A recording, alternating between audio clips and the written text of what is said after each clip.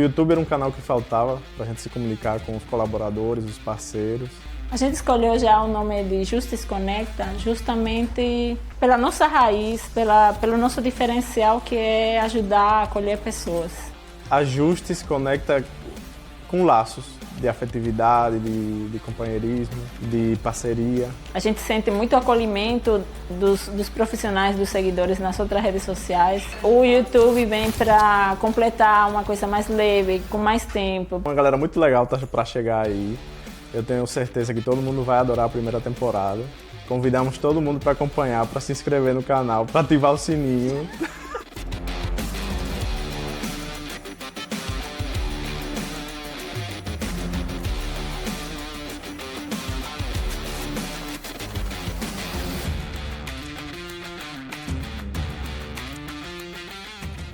Para começar essa temporada do Justice Conecta, nosso convidado não poderia ser outro.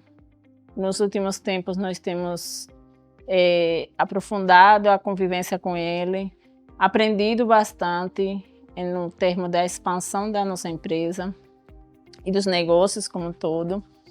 Então, foi escolhido o Dema Oliveira com muito carinho. Ele é especialista em expansão, marketing e vendas. Há 20 anos no mercado, já passou por grandes marcas, como a Unilever, a Claro, a TIM, a Samsung. Na Samsung, ele, como diretor executivo, ajudou a multiplicar a capacidade de planejar e de expandir a marca dentro do Brasil. E hoje ele é um dos grandes consultores de negócios e expansão, trazendo para o empresário formas de expansão, de organização e de planejamento estratégico para o crescimento das empresas. Bom, Dema, a gente está aqui querendo saber um pouco mais da sua história, como você chegou até aqui, o que trouxe você para cá, para o Rio Grande do Norte também, né, onde a gente se conheceu. Fala um pouco mais aí para a gente. Na realidade, a história aqui começou como uma história de uma pessoa muito trabalhadora, vinda de uma família muito simples. Minha mãe falava que era muito importante ter equilíbrio e ter estabilidade. E eu falava, tá bom, para ter estabilidade eu tenho que ser funcionário. E aí desde então eu falei, já que eu tenho que ser funcionário, eu vou tentar ser funcionário, mas eu vou tentar crescer o máximo possível que eu conseguir dentro de uma empresa. Então comecei a trabalhar em empresas e sempre me destaquei, desde o meu primeiro emprego até o último, que foi na Samsung, crescendo cargo por cargo, sempre honrando a visão de um terceiro, honrando a visão do empregador. Então passei por bancos, passei por outras multinacionais, passei por empresa de alimentação, e aí nos últimos anos da minha carreira, nos últimos 20 em multinacionais, e nos últimos 14 na famosa Samsung. E ali eu tive um boom, porque eu fui contratado para ajudar, colocar a empresa junto com um time multidisciplinar em primeiro lugar do Brasil. E a gente conseguiu, uma empresa bilionária, e isso abriu muito as portas e o mercado para mim. De tal forma que as empresas começavam a buscar a minha ajuda, mesmo eu estando dentro da Samsung, para expandir negócios. Porque eles falaram assim, como que alguém conseguiu fazer isso dentro da Samsung? Se ele conseguiu fazer numa empresa tão complexa, ele vai conseguir fazer na minha. Claro. E aí eu aproveitei dessa onda, empresários dos mais diversos segmentos, falei, vou abrir uma consultoria. E foi quando eu abri uma consultoria. E aí comecei a dar palestras, e aí um dia eu estava lá numa palestra maravilhosa e aí pude conhecer vocês. Qual foi a pior parte, assim, ou a parte mais difícil de deixar de ser um executivo de sucesso na Samsung para virar um empreendedor, um consultor de sucesso? Para falar a verdade, mudou muito minha vida quando eu casei. Eu tenho 43 anos, eu casei há 10 anos atrás com uma médica. Aí eu fui forçado a abrir uma empresa. Quando eu abri a empresa deu certo. Foi uma grande clínica médica e essa clínica médica cresceu a ponto da gente ter 90 médicos na clínica. E eu vendi o ano passado a clínica. Então eu comecei a gostar de empreender. Eu sentava na minha mesa como diretor tinha muitos colaboradores. Quando eu falo muitos, eu gosto de exemplificar, era tipo 1000 pessoas embaixo de mim, entre diretos e indiretos, várias áreas, um monte de departamentos. Só que quando eu empreendi a primeira vez, veio uma vozinha no meu ouvido e falava assim: nossa, empreender é muito bom, eu gosto de tomar esse risco. Aí eu começava a sentar na minha mesa, fazer grandes apresentações para grandes áreas, e eu não conseguia entender, dizendo o que eu estou fazendo sentado aqui.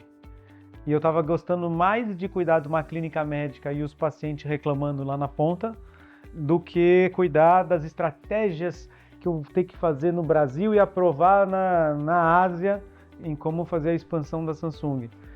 E aí dali em diante comecei a abrir outras coisas, abri agência de marketing, vendi agência de marketing, investi em várias empresas, abri fundo de investimento. Então eu falei assim, cara, eu sou empreendedor. E aí eu falei, tá bom, vou continuar empreendendo, trabalhando na Samsung ainda. Qual era o meu modelo de empreender? Eu contratava um gerente ou um diretor, e antes de entrar na Samsung, ou no final do trabalho, eu dava os direcionamentos. E eu não tinha que falar da minha vida para ninguém sabia o que... Né? Eram carreiras independentes, né? E começou a dar certo demais, e aí chegou um determinado ponto, que quando as empresas começaram a me buscar, eu falei, vou abrir mais uma empresa, vou abrir uma consultoria. E aí aproveitei e contratei os consultores que eram bons de mercado para trabalhar comigo. E criei uma cultura muito forte para que eles fossem capazes de sair de grandes consultorias e entrar dentro da consultoria do Demon, que se chama Goshen Land. E aí, nesse exato momento, nessa mudança, deu um frio na barriga. Por quê? Porque você dentro de uma... Vamos dizer assim, com um bom sentido. Você dentro... Ia perder a estabilidade, né? Eu ia perder a estabilidade, ia perder as viagens. A gente foi almoçar e a gente falou que, pô, Dema, você viajava como? Viajava de business para tudo quanto é lugar. Sim. Quantas vezes eu fui para a Coreia, que eu te passava antes em Dubai de business, Emirates, coisa mais gostosa do mundo. Agora essa conta é sua, né? Agora a conta é minha. Você fala assim, o quê? Vai de econômica mesmo. Sim. Né? Aí passa vai na Espanha, na Groenlândia, aí você volta e não volta tem problema. E chega lá na Coreia, né? Tendo Wi-Fi, tá bom para provar as coisas aqui, tá excelente. Eu acho que talvez a vida do empreendedor... É isso, né? É isso. E a principal fragilidade quando você é funcionário para virar empreendedor é justamente o medo de perder a estabilidade, né? Acho que se sua mãe lhe falava ali, você teve que abrir mão do conselho da sua mãe. Né? Não, eu fui quebrando todas as crenças crença de que eu não podia, crença de que eu ia passar necessidade, crença de que não ia dar certo. Mas já tinha dado certo já. Eu fiz as duas coisas. Já estava testado. Já estava testado, estava comprovado. Só faltava eu simplesmente largar o osso. Só que o dia que eu larguei, na semana exata ou próximo dos dias que eu ia largar, eu recebi uma proposta muito, muito poderosa. Eu me lembro que eu participei de um processo para ser presidente de uma grande empresa de pneus no Brasil, a maior do mundo. Naquela hora, eu falei, eu acho que eu tenho que continuar sendo executivo. Mas não, aí você vai na tua fé. Sim. Aí Deus falou assim, ou você vai se arrepender pelo resto da sua vida. Eu falei, então eu vou. Aí, sabe aquela música da Rita Lee? Hoje eu resolvi mudar e fazer tudo o que eu queria fazer. Foi o que eu fiz. É o feeling do empreendedor. Aí fui, deu certo. É coragem também, né? Coragem. Mas foi o medo mesmo. Sim. O medo aprisiona. Sim. Quando a gente se conheceu há um ano atrás, você me deu uma dica. A partir dessa dica, eu lembro que Raul não estava comigo no momento e eu disse, Raul, a gente tem que sentar com o Demo. Você lembra? Eu fiquei encantada com a sua palestra. Obrigado. Muito motivacional, inspiradora, né? E aí, as nossas metas na Justis, elas sempre são ousadas. E uma coisa interessante na sua palestra é que ficou muito na minha cabeça, é que as metas devem ser inatingíveis ou ousadas, né? Quase inatingíveis. Aí eu queria que você desse uma dica ou que falasse sobre isso para o empresariado daqui. Primeiro que quando nós falamos em meta, quando você tem uma meta audaciosa, você tem que sair da tua zona de conforto. Sim. Você fala, eu vou só cuidar aqui de Natal. Quantas vezes eu encontro um empresário aqui, ele fala assim, será que eu vou para Paraíba? Será que eu vou para Recife? Eu falo, vai, porque ficar pequeno dá muito trabalho e eu provo. Claro. Por que eu provo? Porque quando você cresce, você, por exemplo, você tinha um RH para uma unidade. Agora você tem um RH para 10 unidades, você ganha na escala. Custo, Número 1. claro. Número 2, você é obrigado a se aperfeiçoar. Se você não cresce, o concorrente vem. Então, por exemplo, amanhã eu estou indo para o sul do país. O cara está crescendo, porque se ele não crescer, vai vir um cara maior e fala assim, eu vou pegar o espaço na qual você está deixando de lado. Claro. Deus fez a gente para crescer. Quando ele chegou para Abraão, lá no Velho Testamento, ele falou assim, olha para o céu quantas estrelas, olha no chão quantas areinhas. Ele falou assim, então é isso que você tem que pensar, em grande quantidade. E a gente é mole por natureza. Ninguém acorda de manhã falando assim, vou escolher a parte difícil. Claro. Então, quando a gente vem de uma família que a gente tem que lutar muito, você pode ver que as histórias, eu não sei qual é a sua história de vida, mas se a sua história de vida foi de luta e perseverança, Certamente. você fala, bota a meta lá. Claro. Porque ninguém passou pelo que eu passei. Vem comigo que todo mundo ganha.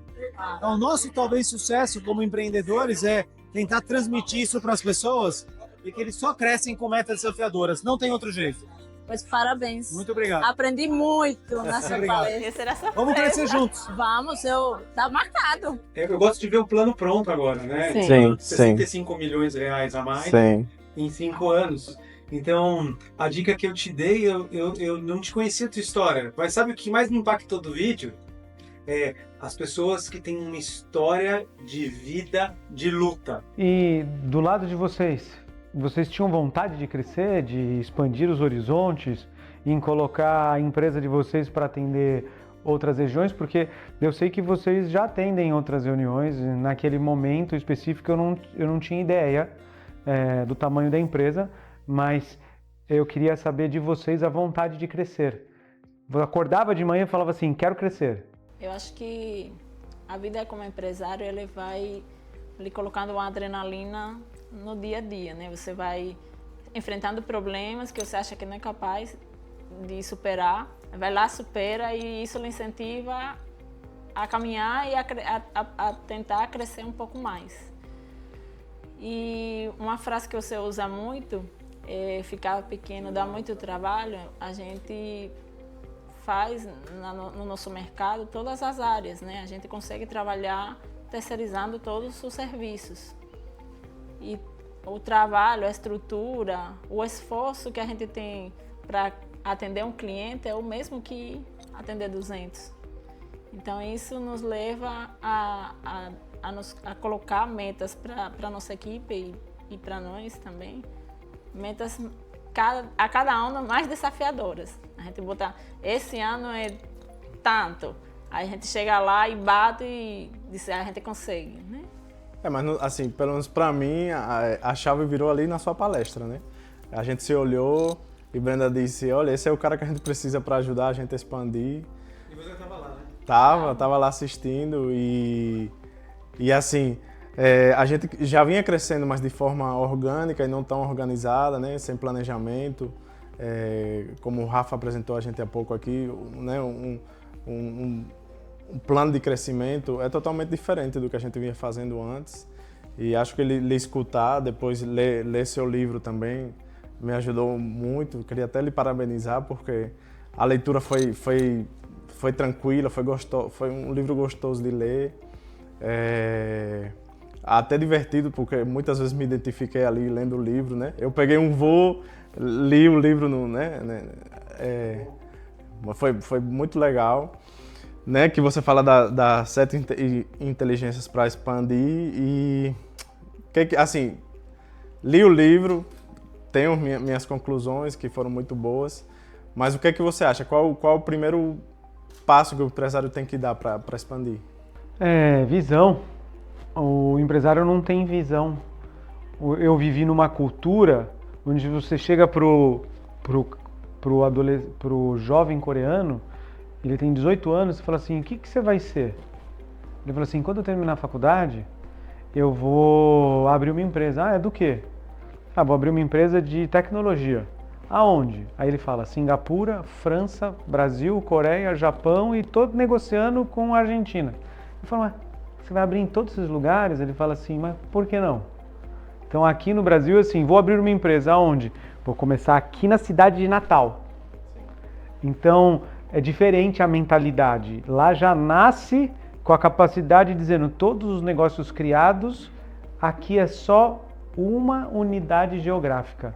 O mundo é a unidade geográfica, então é questão de visão. Então o meu trabalho é dar visão para os empresários e mensurar a visão e detalhar como o empresário chega, porque não é fácil.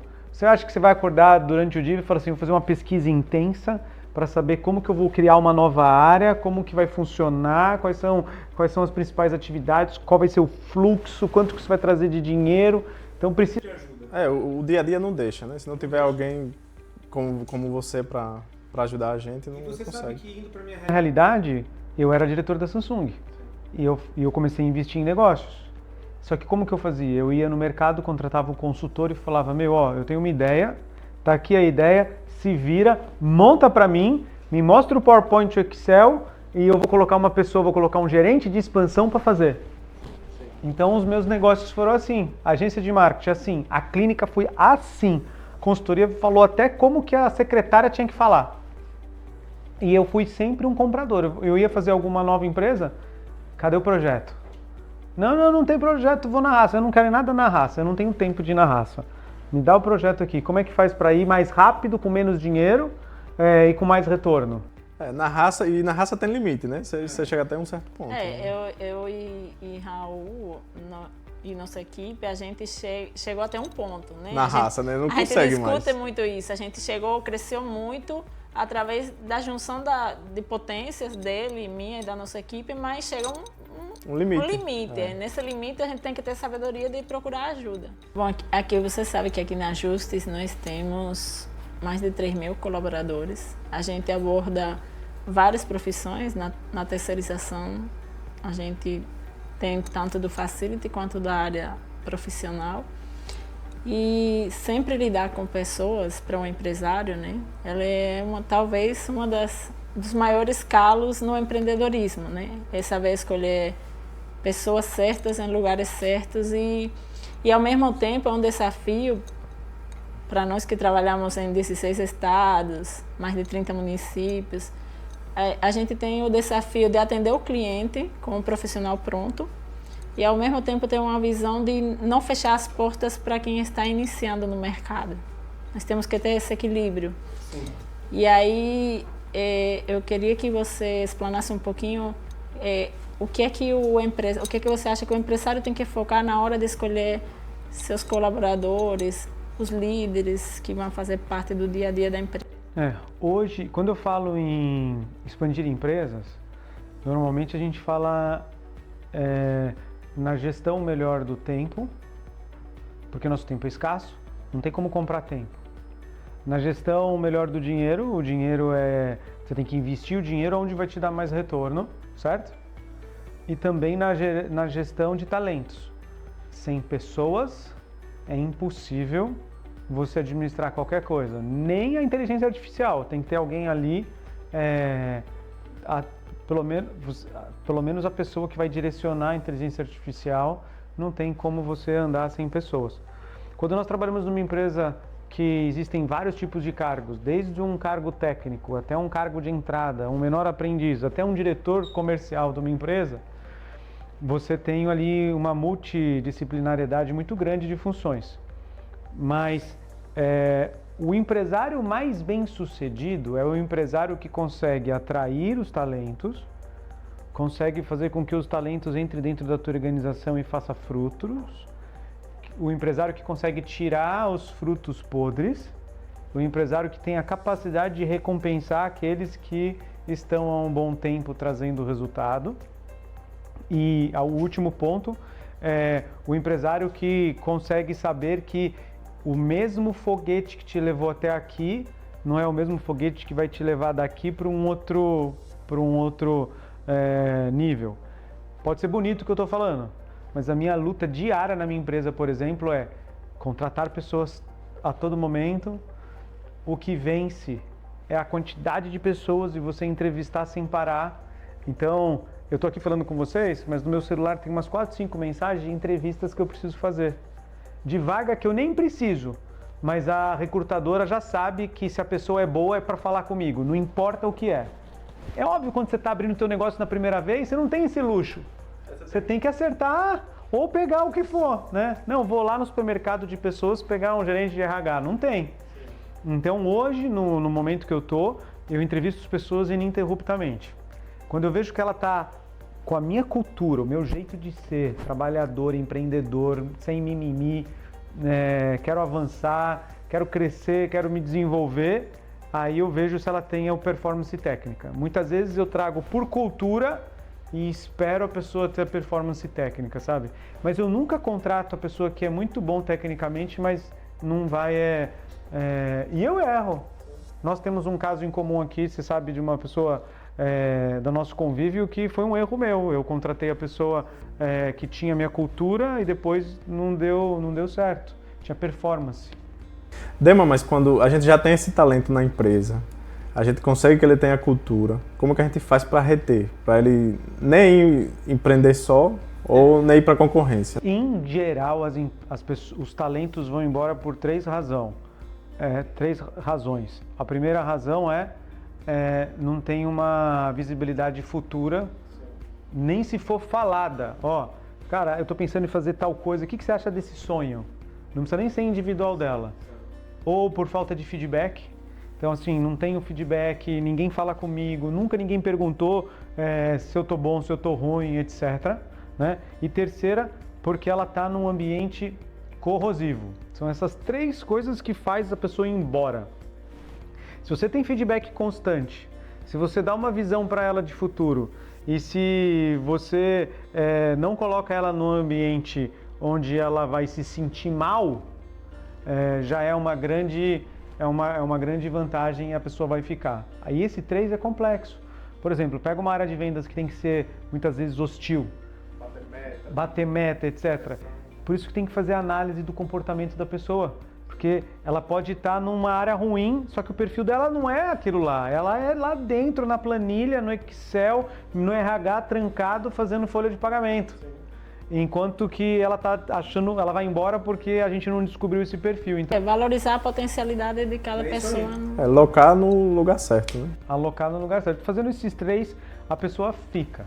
É óbvio que eu gosto de falar uma frase muito interessante. Se o ser humano é infeliz, ele vai ser infeliz aqui na tua empresa, ele vai ser infeliz no Google com piscina de bolinha, vai ser infeliz ganhando R$1 milhão por mês. Porque ele tem um problema com ele.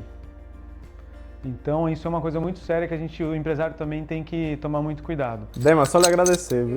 Esse é o nosso primeiro Justice Conecta. A gente esperou para você. Muito bom, muito feliz. A gente esperou para poder fazer com você, tá? A gente estava ansioso, ia ser em São Paulo, mas terminou dando certo, você veio. Só faltou acender o charuto. Agora. Está à disposição.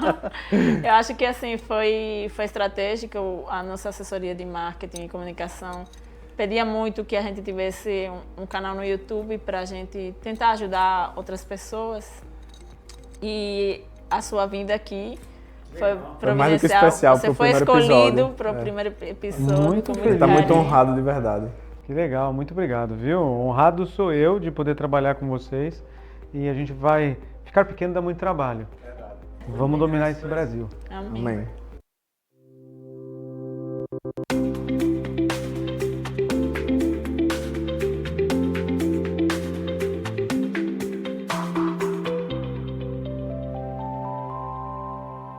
Muito bom. Olha, tem algumas opções. Chamada sua pra eu colocar de teaser, sabe? Falo pra câmera ou pra você? Fala pra câmera. Pode ir lá aí? Deixa eu lembrar as perguntas. Legal. Aí, o que as pessoas Eu gostei demais de ser... Tá certo? falam excelente, mas não é da Justus. O Justus conecta, né? Tá bom. É o programa. Vou falar de novo. Corta aí, homem. Cadê o lanchinho dele? Vai subir já. Bom, era um meio de... Era um canal que faltava pra gente se comunicar, né? O YouTube era um canal que faltava. Vamos todo mundo para acompanhar, para se inscrever no canal, para ativar o sininho. Meus áudios. Brenda, por que um canal do YouTube? Para universidade. Pra ter mais tempo, mais... Mas aí eu finjo que não assisti o vídeo. Ah, assistiu. Entrar o vídeo. No nosso ele vai entrar na íntegra. É igual o Gugu. Entendeu? É igual o Google. Igual o Gugu.